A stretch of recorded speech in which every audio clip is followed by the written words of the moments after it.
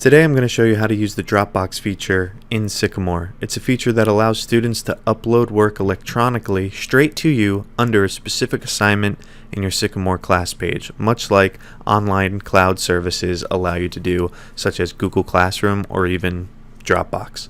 So here in Sycamore, if you go into your class page and you go on the left-hand side, you want to click down on Gradebook and go to an assignment. Now, I'm going to assume that you haven't created the Dropbox assignment yet, so we're going to do it right now. We'll go to the right hand side and click New Assignment, and we'll just label our new assignment as something like fake testing. And then you'll see over to the right there's two check boxes here. There's Viewable on Calendar and Use Dropbox.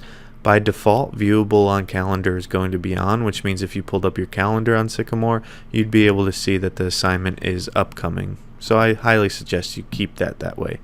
Now the other feature is Use Dropbox.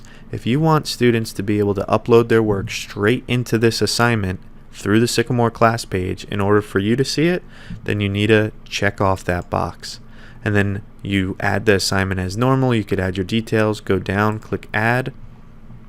It'll add it behind us here. We'll exit out of that tab. And now we see that it worked because there's a Dropbox tab that's associated with this assignment. And so if I click that Dropbox tab, it's going to bring up a page that will tell me exactly the date and time that each student here in this column uploaded the file, what they named their file, and any comments they had as well. And then I'm able to grade the assignment right there too, and it'll also organize it in folders based on the assignment. So that's how you use the Dropbox feature in Sycamore.